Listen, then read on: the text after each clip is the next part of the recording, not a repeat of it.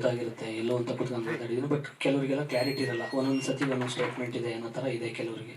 ಅದಕ್ಕಾಗೆಲ್ಲ ಪೂರ್ತಿ ಒಂದು ಕ್ಲಾರಿಟಿ ಕೊಟ್ಟು ನಾಳೆಯಿಂದ ಒಂದು ಹೊಸ ಕೆಲಸನ ಸ್ಟಾರ್ಟ್ ಮಾಡಬೇಕು. ಮತ್ತು ಏನಾದ್ರು ದೊಡ್ಡವರೆಲ್ಲ ಆಶೀರ್ವಾದ ಮಾಡಿದರೆ ಮತ್ತೆ ಒಂದು ಸಿನಿಮಾನ ರಿಲೀಸ್ ಮಾಡ್ಸೋಕೆ ಒಂದು ಅವಕಾಶ ಸಿಗುತ್ತಾ ಅನ್ನೋದೊಂದು ಕೇಳ್ಕೊಳ್ಳೋಕ್ಕೋಸ್ಕರ ಒಂದು ಪ್ರೆಸ್ ಮೀಟ್ ಇಟ್ಟಿರೋದು.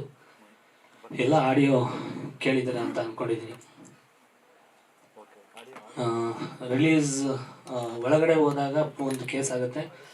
ಅದಾದಮೇಲೆ ಒಂದು ಜನ ಎಲ್ಲ ಒಂದು ಸ್ವಲ್ಪ ಪ್ರೆಸ್ ಮಾಡ್ಕೊತಾರೆ. ಒಂದು 2 ದಿನ 3 ದಿನ ಒಂದು ಒಳ್ಳೆ ಕಲೆಕ್ಷನ್ ಆಗುತ್ತೆ. ಅದಾದಮೇಲೆ ಒಂದು ಸಿನಿಮಾ ಚೆನ್ನಾಗಾಗ್ತಿದೆಯಲ್ಲ ಅಂದ್ಬಿಟ್ಟು ಇನ್ನೊಂದು ಆಡಿಯೋ ಸ್ಟಾರ್ಟ್ ಆಗುತ್ತೆ. ನನ್ನಲ್ಲಿ ಒಂದು ಆಡಿಯೋ ವಿಡಿಯೋ ರೆಕಾರ್ಡ್ಗಳು ಮಾಡೋವಂಥ ಏನಾದ್ರು ಥರ ಇದ್ದಿದ್ರೆ ನಾನು ಒಂದು 100 ಸಾಕ್ಷಿಗಳು ಬಿಟ್ಟಾಗ್ತದೆ. ನಾನು ಆ ಥರ ಕಂಪ್ನಿಗಳು ಯಾವುದು ಓಪನ್ ಮಾಡಿಲ್ಲ. ನನಗೆ ಗೊತ್ತಿರೋದು ಒಂದೇ, ವ್ಯವಸಾಯ, ಒಂದು ಕಲೆ, ಎರಡನ್ನೇ ನಂಬ್ಕೊಂಡು ಬಂದಿರೋದು. ಇದುವರೆಗೂ ನನಗೆ ಬ್ಯಾಕ್ಗ್ರೌಂಡ್ ಅನ್ನೋದು ಏನೂ ಇಲ್ಲ. ಇಲ್ಲಿ ಏನು ಮಾತಾಡಿದ್ದೀನಿ, ಅವ್ರು 3 ಜನದ ಆಶೀರ್ವಾದ ತಗೊಂಡು ಹೋಗ್ಬೇಕು, ಅವ್ರ ಆಶೀರ್ವಾದ ತಗೊಂಡು ಬೆಳಿಬೇಕು ಅಂದ್ಕೊಂಡದ್ದನ್ನು ಈ ಏನು ಆಡಿಯೋ ಕಂಪ್ನಿ ಆಡಿಯೋದವ್ರು ಮಾಡಿದ್ದಾರೆ ಅವ್ರ ಜೊತೆ ಪೂರ್ತಿ ಹೇಳ್ಕೊಂಡಿದ್ದೀನಿ ನನ್ನ ಕಷ್ಟ ಸುಖಗಳನ್ನೆಲ್ಲ. 15 ದಿವಸಕ್ಕೆ ವಾರಕ್ಕೆ ಒಂದು ಜಗಳಗಳು ಆಗ್ತಾನೇ ಇದ್ದು, ಏನೇನೋ ಆಗ್ತಾನೆ ಇದ್ದು, ಮಧ್ಯ ಕಾಲಿಗೆಲ್ಲ ಬಿದ್ದು ಕೇಳ್ಕೊಂಡಿದ್ದೀನಿ. ಸಿನಿಮಾ ರಿಲೀಸ್ ಅನ್ವನ್ಸ್ ಆದಾಗ ಡೇಟು ದಿನ ದಿನ ದಿನ ದಿನ ಜಾಸ್ತಿ ಆಗ್ತಾನೇ ಹೋಗ್ತಾ ಇತ್ತು. ನಾನು ಯಾರಿಗೂ ಹೇಳ್ಕೊಂಡಿರಲಿಲ್ಲ. ಹೇಳ್ಕೊಂಡು ನಾನು ಏನಾದರೂ ನನ್ನ ಹೆಂಡತಿ ಕರ್ಕೊಂಡೋಗಿ ಏನಾದರೂ ಒಂದು ಕಂಪ್ಲೇಂಟ್ ಕೊಟ್ಟಿದ್ರೆ ಅದು ಬೇರೆ ಥರ ಆಗಿರೋದು. ಬಟ್ ಜನ ಸಿನಿಮಾ ಗಿಮಿಕ್ ಅಂತಾರೆ ಅಂದ್ಬಿಟ್ಟು ನಾನು ತುಂಬ ನಾನು ಇದುವರೆಗೂ ಯಾವ ಸ್ಟೇಷನ್ ಮೆಟ್ಲು ಓದ್ತಿಲ್ಲ, ಯಾವ ಕೋರ್ಟು ಕಚೇರಿ ಅಂತ ಗೊತ್ತಿಲ್ಲ. ನಮಗೆ ಯಾಕೆ ಬೇಕಪ್ಪ ಬೇಡ ಅಂತ. ಯಾಕಂದರೆ ಸುಮಾರು ಕೆಲಸಗಳಿರೋದ್ರಿಂದ ನಾನು ಅದಕ್ಕೆ ಕೆಲಸಕ್ಕೆ ಹೋಗಿಲ್ಲ. ಬಟ್ ಹಿಂಗಾಗುತ್ತೆ ಅಂತ ಅಂದ್ಕೊಂಡಿರಲಿಲ್ಲ. ನನ್ನ ಒಂದು ಬ್ಯಾಡ್ ಲಕ್.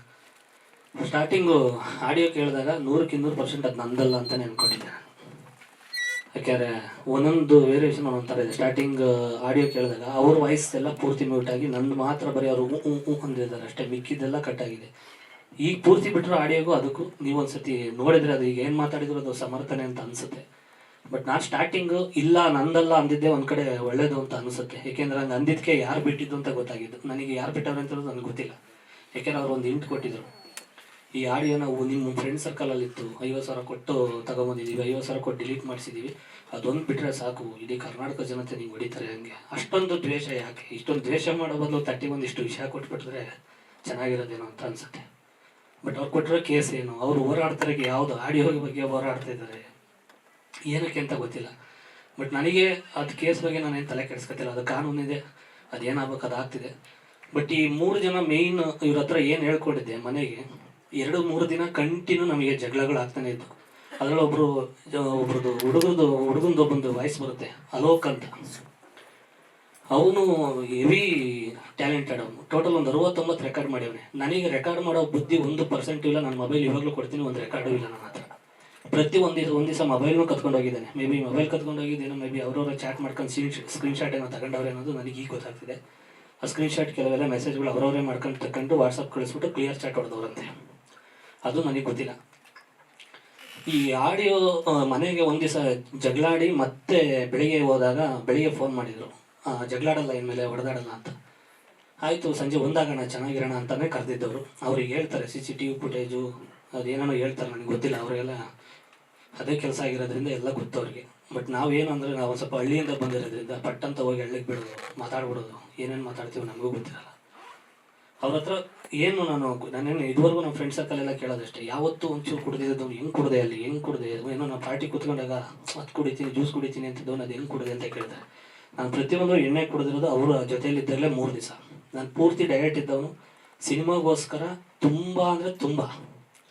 ನಮ್ಮ ತಾಯಿ ಐಸೋಡಲ್ಲಿದ್ದಾಗಲೂ ಕೂಡ ಜಿಮ್ಗೆ ಹೋಗಿದ್ದೀನಿ ಹಾಸನದಲ್ಲಿ. ನನ್ನ ಹೆಂಡತಿ ಉಳಿಯೋದೇ ಇಲ್ಲ ಅನ್ನೋ ಟೈಮಲ್ಲಿ ಒಂದು 6 ತಿಂಗಳಲ್ಲಿ ಮೈಸೂರಲ್ಲಿದ್ದಾಗ ಅಲ್ಲೂ ಕೂಡ ಜಿಮ್ ಹುಡ್ಕೊಂಡು ಹೋಗಿದ್ದೀನಿ. ಎಲ್ಲರೂ ಕೇಳೋರು, ಐಸೋಡಲ್ಲಿ ಇಟ್ಕೊಂಡು ನೀನು ಜಿಮ್ಗಿಲ್ಲ ಸರ್, ಸಿನಿಮಾ ಶೂಟಿಂಗ್ ಸ್ಟಾರ್ಟ್ ಆಗ್ತಿದೆ, ಚೆನ್ನಾಗಿ ಕಾಣ್ಬೇಕು. ನಾನು ಇಷ್ಟು ಶ್ರಮ ವಹಿಸ್ತವನು, ನನ್ನ ಗುಂಡಿ ನಾನು ತೋಡ್ಕೊಳ್ಳೋಲ್ಲ. ಇವ್ರಿಗೆ ಏನು ನಾನು ಎಣ್ಣೆ ಕುಡಿ ಜೊತೆಲಿ ಕೂತ್ಕೊಂಡಾಗ ಮಾತಾಡಿದ್ದು ಈ ಅಲೋಕನೂ ಲೇಡೀಸ್ ಇಬ್ಬರು ಸೇರ್ಕೊಂಡು ಮಾತಾಡ್ಬೇಕಾದ್ರೆ ನಾನು ತುಂಬ ಖುಷಿ ವಿಚಾರಗಳನ್ನ ಹೇಳ್ಕೊಂಡೆ. ನಾನು ಶಿವಣ್ಣ ಅವರ ಟೈಟ್ಲು ಸಿಕ್ಕಿದ್ದು, ನಾನು ಅವರು ಮೀಟ್ ಮಾಡಿಸ್ತೀನಿ ಅಂದರೆ ಯೋಗರಾಜ್ ಭಟ್ರು ಸರ್ ಹೇಳಿದ್ದಾರೆ, ನಮ್ಮ ಟ್ರೈಲರ್ ಲಾಂಚ್ ಮಾಡಿಸ್ತೀನಿ ಅಂತ ಹೇಳಿದ್ದಾರೆ. ಇದನ್ನು ಹೇಳಿದ್ದಾರೆ, ಅವ್ರ ಕೈಲಿ ಮಾಡಿಸ್ತೀನಿ, 2ನೇ ವಾರಕ್ಕೆ ನಾನು ಕರೆಸ್ತೀನಿ ಅಂತ ಹೇಳಿದ್ದಾರೆ. ಶಿವಣ್ಣವ್ರಿಗೆ ಸಿನಿಮಾ ತೋರಿಸ್ತೀನಿ ಅಂತಲೂ ಹೇಳಿದ್ದೀನಿ. ದರ್ಶನ್ ಸರ್ದು ಅವತ್ತಿನ 1-2 ವಾರ ಹಿಂದೆ ಮುಂದೆ ದರ್ಶನ್ ಪುಟಾಣೆ ಸರ್ ಹತ್ರ ಮಾತಾಡ್ಕೊಂಡು ಬಂದಿದೆ. ಸರ್ ಒಂದೇ ಒಂದು ಬೈಟ್ಸ್ ಕೊಡಿ, ದರ್ಶನ್ ಸರ್ ಕೈಲಿ ಒಂದೇ ಒಂದು ಬೈಟ್ಸ್ ಕೊಡಿಸಿ ಪ್ಲೀಸ್ ಸರ್ ಅಂತ ಹೇಳಿ ಅದೆಲ್ಲ ಇವ್ರ ಹತ್ರ ಚರ್ಚೆ ಮಾಡಿದ್ದೆ ಅವತ್ತಿನ ದಿವಸ. ಅದೇನು ರಾತ್ರಿ ನಡೆಯುತ್ತೆ ಅವತ್ತಿನ ದಿವಸ. ಧ್ರುವಣ್ಣವ್ರ ಬಗ್ಗೆ ಪ್ರತಿಯೊಂದು ಗೊತ್ತಿತ್ತು ಅವ್ರಿಗೆ. ಪೋಸ್ಟರ್ ಲಾಂಚ್ ಮಾಡಿದ್ದು ತುಂಬ ರೀಚ್ ಆಗಿದೆ. ಅವ್ರ ಫ್ಯಾನ್ಸ್ ಪೇಜಲ್ಲೆಲ್ಲ ಎಲ್ಲ ಕಡೆ ಹಾಕಿದ್ದಾರೆ ನಮ್ಮದೆಲ್ಲ ಸಿನಿಮಾ ಪ್ರಮೋಷನ್. ಸಿನಿಮಾನು ನೋಡ್ತೀನಿ ಅಂತಲೂ ಕೂಡ ಹೇಳಿದರು. ಇಷ್ಟೆಲ್ಲ ಒಂದು ಖುಷಿ ವಿಚಾರ ಹಂಚ್ಕೊಂಡಿದ್ದೆ ಅಷ್ಟೇ. ಅದು ಮುಗಿದ ಮೇಲೆ ಡ್ರಿಂಕ್ಸ್ ಅಷ್ಟು ಅವರೇ ಕೊಟ್ಟಿದ್ದು ಅವ್ರ ಮನೇಲೇ ಕೊಟ್ಟಿದ್ದು. ಅದು ಲೇಬಲು ಇರಲಿಲ್ಲ, ಏನೂ ಇರಲಿಲ್ಲ. ನನಗೆ ಏನು ಹೇಳಿದ್ರು ಅಷ್ಟು ದಡ್ಡನಾಗೋರು ನೀನು ಅಂತ ಅನ್ಬೋದು.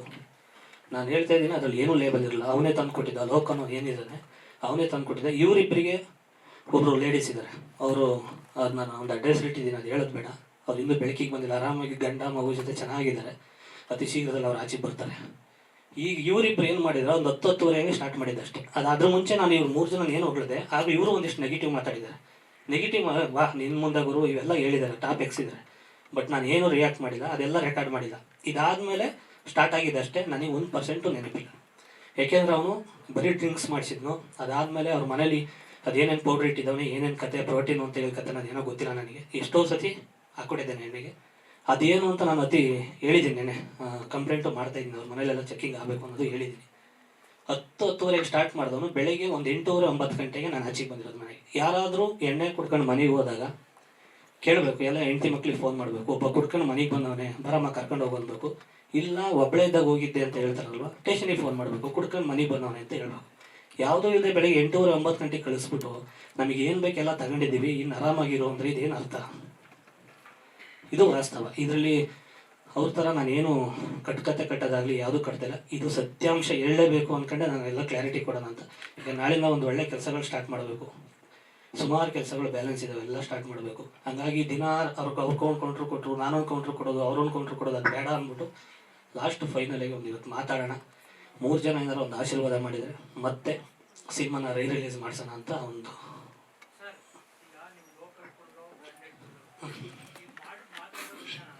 ಸರ್ ಎಲ್ಲರೂ ಹೇಳ್ತಾ ಇರೋದೇ, ಮಾತಾಡಿರೋದು ನಂದೇ ವಯಸ್ಸು ಸರ್, ನಾನು ಇಲ್ಲ ಅಂತ ನಾನು ಹೇಳ್ತಿಲ್ಲ. ಆದರೆ ನನಗೆ ಪ್ರಜ್ಞೆ ಇಲ್ಲ.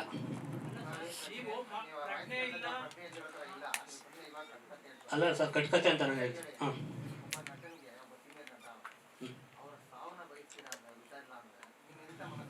ಸರ್, ನನ್ನ ಮನಸ್ಥಿತಿ ನಾನು ಅಲ್ಲ ಸರ್, ನನ್ನ ಮನಸ್ಸಿಗೆ ನನಗೆ ಇವಾಗಲೂ ನಾನು ಇದೇ ಪಶ್ಚಾತ್ತಾಪ ಪಡ್ತಾ ಇರೋದು. ನಾನು ಅವತ್ತಿಂದ 1% ನಾನು ಇದನ್ನು ಮಾಡಿಲ್ಲ ಸರ್. ಹಿಂಗೆ ನನ್ನ ಬಾಯಿಗೆ ಬಂತ ಈ ಥರ ಇಲ್ಲ, ನಾನು ಪಶ್ಚಾತ್ತಾಪ ಪಡಲಿಲ್ಲ ಅಂದರೆ ಸರ್ ಕುಡಿದು ಮಾತಾಡಲ್ಲ. ಆ 4 ಗೋಡೆ ಮಧ್ಯೆ ಏನಾಯಿತು ಅಂತ ನಮ್ಮ 3 ಜನಕ್ಕೆ ಅಷ್ಟೇ ಗೊತ್ತಿಲ್ಲ ಸರ್, ಹೊರಗಡೆ ಏನೂ ಗೊತ್ತಾಗಿರಲ್ಲ.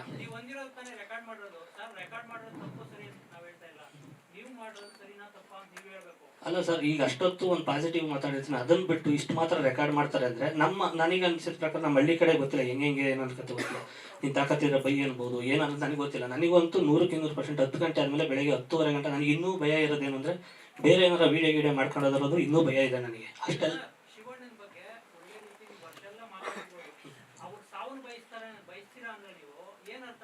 ಸರ್, ನಾನು ಯಾವತ್ತೂ ಯಾರಿಗೂ ಸಾವು ಬಯಸುವಂಥ ಅಧಿಕಾರ ಯಾರಿಗೂ ಇಲ್ಲ. ನಾನು ಹಂಗೇನಾದರೂ ಪ್ರಜ್ಞೆ ಇದ್ದು ಉದ್ದೇಶಪೂರ್ವಕವಾಗಿ ಏನಾದರೂ ಮಾತಾಡಿದ್ದಿದ್ರೆ ನಾನು ಸ್ಟೇ ತರೋದು, ಇಲ್ಲ ಆಡಿಯೋ ಡಿಲೀಟ್ ಮಾಡಿಸೋದು, ಏನೋ ಒಂದು ಮಾಡ್ತಾಯಿದ್ದೆ ಸರ್. ಅಷ್ಟು ಪ್ರಜ್ಞೆ ಇತ್ತು ನನ್ನ ಮನಸ್ಸಿಂದ ಹೇಳಿದ್ದಿದ್ರೆ. ಇದು ಮನಸ್ಸಿಂದ ಹೇಳಿದಿರೋದಕ್ಕೆ ನಾನು ಸುಮ್ಮನಾಗಿದ್ದು. ಬಿಡು, ಅದೆಲ್ಲ ಇರಲ್ಲ, ನಾನು ಮಾತಾಡಿರೋಕ್ಕೆ ಚಾನ್ಸೇ ಇಲ್ಲ ಅಂತ ನಾನು ಆ ಒಂದು ಧೈರ್ಯದಲ್ಲೇ ನಾನು ಸಿನಿಮಾ ಆರಾಮಾಗಿ ಪ್ರಮೋಷನ್ ಮಾಡ್ಕೊಂಡಿದ್ದೆ. ಪ್ರಮೋಷನಿಗೆ ಪ್ರತಿಯೊಂದು ಟೈಮಲ್ಲೂ ಫೋನ್ ಮಾಡಿ ಟಾರ್ಚರ್ ಕೊಟ್ಟವ್ರೆ, ಹಂಗಿದೆ ಹಿಂಗಿದೆ, ಊರಲ್ಲಿ ತುಂಬ ಕನ್ಫ್ಯೂಸ್ ಮಾಡಿದರು ಸರ್. ನಾನು ಆ ಥರ ಕುಡ್ಕೊನಲ್ಲ ಸರ್, ನಾನು ಕುಡಿದೂ ಇಲ್ಲ. 3 ವರ್ಷ ಫುಲ್ಲು ಡಯಟಲ್ಲಿ ಇದ್ದೀನಿ. ಯಾರನ್ನಾದರೂ ಕೇಳ್ಕೊಬನ್ನಿ ನಮ್ಮ ಫ್ರೆಂಡ್ ಸರ್ಕಲಲ್ಲಿ. ನಾನು ಸಿಕ್ಕಾಕೊಂಡಿದ್ದು ಹೆಂಗೆ ಅಂದರೆ, ನನ್ನ ಸಿನಿಮಾ ಜೀವನ, ನನ್ನ ಮುಸಿರು ಅಂತ ಸಿನಿಮಾನ ಪ್ರೀತಿಸ್ತಾನೆ. ಅವ್ರಿಗೆ ಗೊತ್ತು ಸಿನಿಮಾ ವೀಕ್ನೆಸ್ ಅನ್ನೋದು ಗೊತ್ತು ಅವ್ರಿಗೆ. ಆ ವೀಕ್ನೆಸ್ ಇಟ್ಕೊಂಡು ರಿಲೀಸ್ ಡೇಟ್ ಹತ್ರ ಬಂದಂಗೆ ಸುಮಾರು ಬ್ಲ್ಯಾಕ್ ಮೇಲ್ ಮಾಡ್ಬಿಟ್ಟಿದ್ದಾರೆ. ನಾನು ಕಂಪ್ಲೇಂಟ್ ಕೊಟ್ಟಿದ್ರೆ ತುಂಬ ಚೆನ್ನಾಗಿರೋದು, ಬಟ್ ಕೊಟ್ಟಿದ್ರೆ ಸಿನಿಮಾ ಪ್ರಚಾರಕ್ಕೆ ಗಿಮಿಕ್ ಅಂತಲೇ ನನ್ನ ಉದ್ದೇಶಕ್ಕೆ ನಾನೇನೂ ಕೊಟ್ಟಿಲ್ಲ. ಹಾಗಾಗಿ ಪಶ್ಚಾತ್ತಾಪ ಡೈಲಿ ಪಡ್ತಾನೇ ಇದ್ದೀನಿ. ಈಗ ಇವರಿಗೆ ಧ್ರುವಣ್ಣವರಿಗೆ ಬಂದ ತಕ್ಷಣ ನಾನು 2-3 ದಿವಸ ಆದಮೇಲೆ ನಾನು ಹಂಗೇನಾದ್ರು ಉದ್ದೇಶಪೂರ್ವಕವಾಗಿ ಮಾತಾಡಿದರೆ, ರಿಲೀಸ್ ಆದಮೇಲೆ ನಾನು ಊರಿಗೆ ಎಲ್ಲರೂ ಹೋಗ್ಬಿಟ್ಟು ಕಣ್ಣಂಗಿಲ್ಲ ಇಟ್ಬಿಡ್ತಿದ್ದೆ.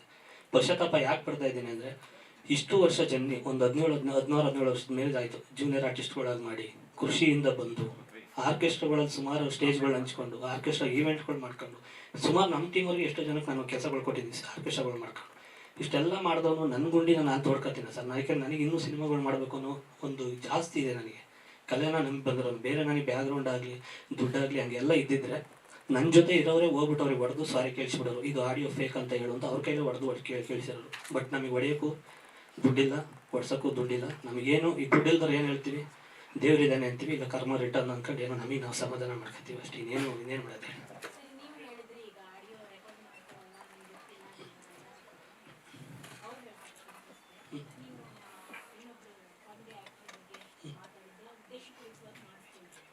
ಉದ್ದೇಶಪೂರ್ವಕವಾಗಿ ಯಾರು ಆ ಥರ ಮಾತಾಡಲ್ಲ ಮೇಡಮ್. ನಾನು ಹಿಂಗೇನಾರ ಚಾಕಿಟ್ಟು ಏನೋ ಒಂದು ಮಾತು ರೆಕಾರ್ಡ್ ಅವ್ರು ಏನೇ ಸ್ಕ್ರೀನ್ಶಾಟ್ ತೆಗೆದ್ರು ನನ್ನ ಮೊಬೈಲ್ ಲಾಕಿಲ್ಲ ಮೇಡಮ್. ಅವ್ರು ಏನು ಬೇಕಾದರೂ ಮಾಡ್ಕೋಬೋದು. ನನ್ನ ಮೊಬೈಲ್ ಇವಾಗ ರೀಸೆಂಟಾಗಿ ಒಂದು 2 ತಿಂಗಳಿಂದ ಲಾಕಿಟ್ಟೋದು. ಪ್ರತಿ ಒಂದು ಪಕ್ಕ ಪ್ಲ್ಯಾನ್ ಮಾಡಿದ್ದಾರೆ.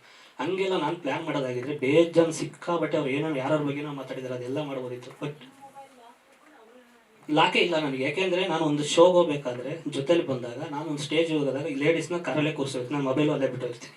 ಏನು ಬೇಕಾದ್ರೂ ಅದು ಐಡಿಯಾ ಕೊಟ್ಟೋದೆ ಅವರು, ನನಗೇನು ಗೊತ್ತಿಲ್ಲ. ಅವರೇ ಹೇಳಿದ್ದಾರೆ ಹಿಂಗೆಲ್ಲ ಮೆಸೇಜ್ ಮಾಡಿ ಸ್ಕ್ರೀನ್ಶಾಟ್ ತಗೊಂಡು ಕಳಿಸಿ, ಇದೆಲ್ಲ ಮಾಡಿದ್ದಾರೆ. ಯಾವುದು ಮೇಡಮ್? ಆಡಿಯೋ ನಾನು ಬಿಟ್ಟಿರಲಿಲ್ಲ. ಅದು ನನ್ನ ಹೋಗಿ ಅಲ್ಲ, ಕೇಳಿ ನೋಡಿ. ಅವರು ಪ್ರತಿಯೊಂದು ಆಡಿಯೋ ಬಿಟ್ಟಿದ್ದಾರೆ. ಓಕೆನಾ? ನಾನು ಯಾರ್ದು ಮೇಡಮ್? ಅಪ್ಪಣ್ಣವ್ರದ್ದು ಮಾತಾಡಿರೋದು 1 ವರ್ಷ. ಆ್ಯಕ್ಚುಲಿ ಅವ್ರದ್ದು ಹೇಳಿದ್ರೆ ತಪ್ಪಾಗುತ್ತೆ. ಇವರು ಇಬ್ಬರು ಮಧ್ಯನೂ ತಂದಿಟ್ಟಿದ್ದಾರೆ. ನಿನಗೆ ಸೇಫ್ಟಿ ಬೇಕಾಗುತ್ತೆ ಅಂತ ನನಗೂ ಕೊಟ್ಟಿದ್ದಾರೆ. ಅವ್ರ ವೀಡಿಯೋನ ಅಪ್ಪಣ್ಣವ್ರಿಗೂ ಕಳಿಸಿದ್ದಾರೆ. ನನಗೆ ನನ್ನ ವೀಡಿಯೋ ಮಾಡ್ಬಿಟ್ಟು ಅಪ್ಪಣ್ಣ ಮನು ಉಲ್ಟಾ ಹೊಡಿಬೋದು, ಇದು ನೀನು ಇಟ್ಕೊ ಅಂತ ಅವರಿಗೂ ಸೇಫ್ಟಿಯಾಗಿ ಇಟ್ಟಿದ್ದಾರೆ. ನಾನು ನೋಡಿದ್ದೆ ಮೊಬೈಲಲ್ಲಿ ತೆಗೆದು. ಇನ್ನೊಬ್ಬರು ಕಾಮಿಡಿ ಕಿಲ್ಲರು ಒಂದು ಮೆಸೇಜ್ ಮಾಡಿದ್ದಾರೆ. ಅದು 1-1.5 ತಿಂಗಳಲ್ಲಿ ಒಳಗಡೆ ಹೋಗಿದ್ದಾಗ ಮನೆಗೆ ಒಳ್ಳೆ ಟೈಮು, ಬೇಗ ಹೆಣ್ಮಕ್ಳಿದ್ದಾಗ ಬಂದವನು ಅಂದ್ಬಿಟ್ಟು ಬೇಗ ಲಾಕ್ ಮಾಡಿಬಿಟ್ಟು ಪೊಲೀಸರಿಗೆ ಕಂಪ್ಲೇಂಟ್ ಕೊಡು ಅಂತ ಒಬ್ಳು ಮಾಡಿದ್ದಾಳೆ. ಈ ಥರದ್ದೆಲ್ಲ ಒಂದಿಷ್ಟು ನಡೆದಿದೆ ಹಿಂಗಡೆ ಕೂತಂತ. ಗೊತ್ತಿಲ್ಲ ಸರ್, ಏನೋ ಈಗ ಇಲ್ಲ ಸರ್, ನಾನು ಸರ್ ಸೂಪರ್ ಸ್ಟಾರ್ ಅಲ್ಲ, ಏನೂ ಅಲ್ಲ, ಕಾಮನ್ ಮ್ಯಾನ್. ಗೊತ್ತಿಲ್ಲ ಸರ್, ಕಾಮನ್ ಮ್ಯಾನ್. ಈ ಪ್ರಶ್ನೆ ಸಿನಿಮಾ ನಾವು ಕೂಡ ಅಂಬೆಗಾಲ ಇಟ್ಕೊಂಡು ಹೋಗ್ಬೇಕು, ದೊಡ್ಡವರ ಆಶೀರ್ವಾದ ತಗೊಂಡು ಬಂದ್ರೆ